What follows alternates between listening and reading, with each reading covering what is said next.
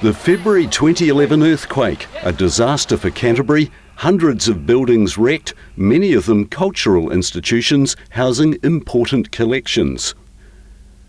The suburb of Wigram escaped the worst damage, and at the Air Force Museum of New Zealand they had room to look after the artefacts.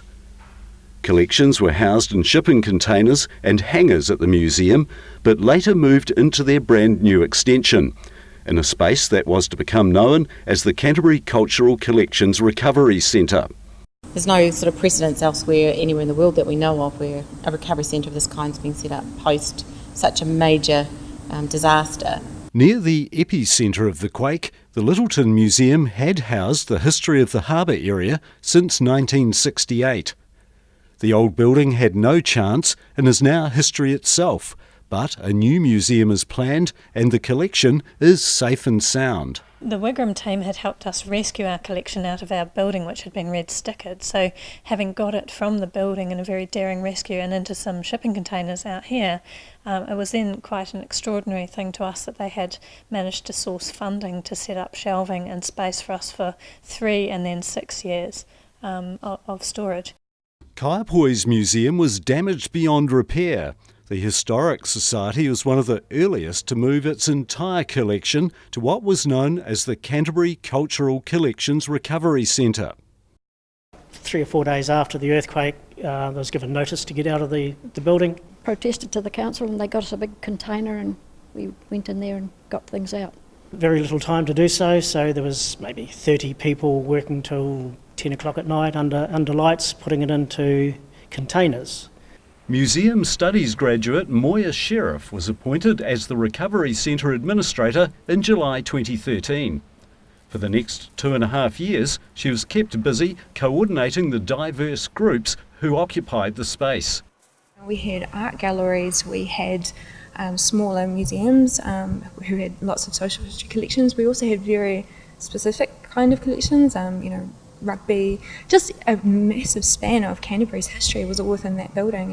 The Christchurch Art Gallery was the Civil Defence headquarters, but then itself had to be evacuated for repairs. Our building was undergoing extensive repairs, and so we'd lost all our storage areas. We were very limited in where we could store large items, so we really needed a big, secure space. The significance of some of the rescued items was only discovered after the move. Among the items from the Nurses' Memorial Chapel at Christchurch Hospital, a fresh account of the torpedoing of the transport ship Marquette in World War I. 10 nurses died as a result, most from the South Island. I remember this occasion one Saturday morning when I was opening a box and I found a diary, and it was really old and tatty and dirty, and the front page had a mark, or had 23rd of October 1915 on it.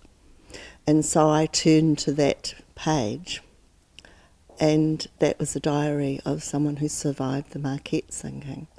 And it was his record of that day, and I was in tears. They also learnt how to preserve their treasured artefacts. Being told, for example, how to deal with fabrics, because we had old uniforms and various items that needed... We now know how to look after them properly. Yes. Some of these exhibits went on display, including excerpts from the diary, when the nurses commemorated the centenary of the sinking of the Marquette.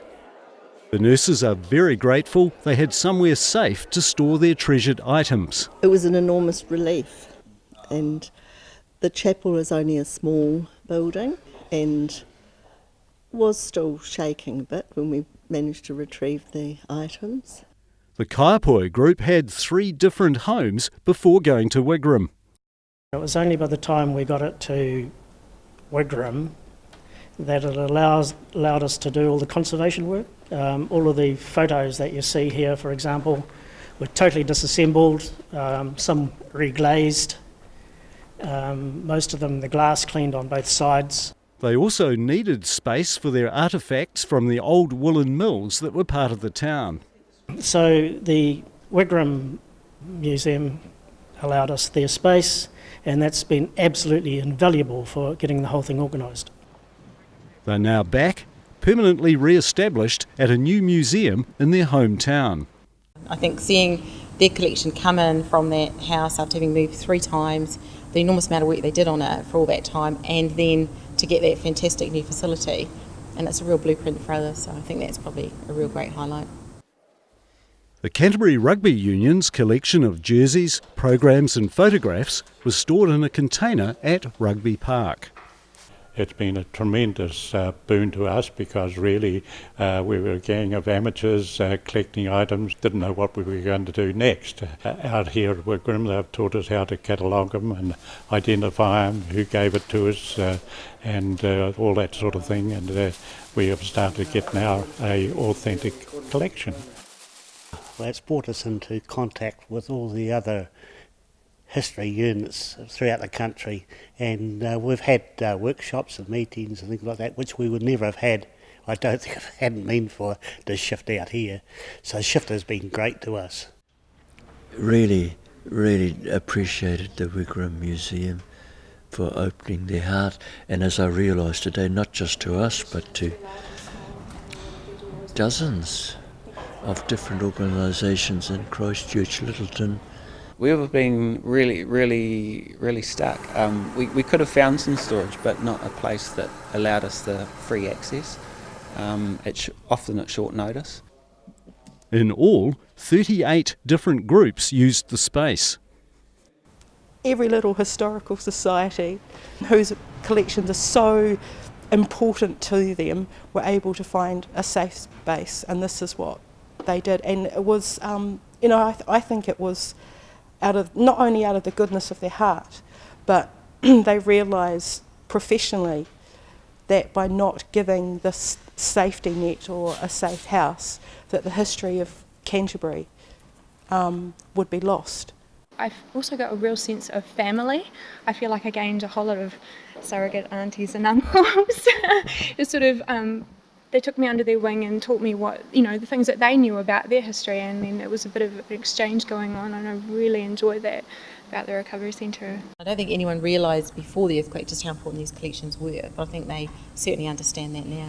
The space they used is now reverting to what it was built for, primarily a conservation workshop for aircraft and other large objects.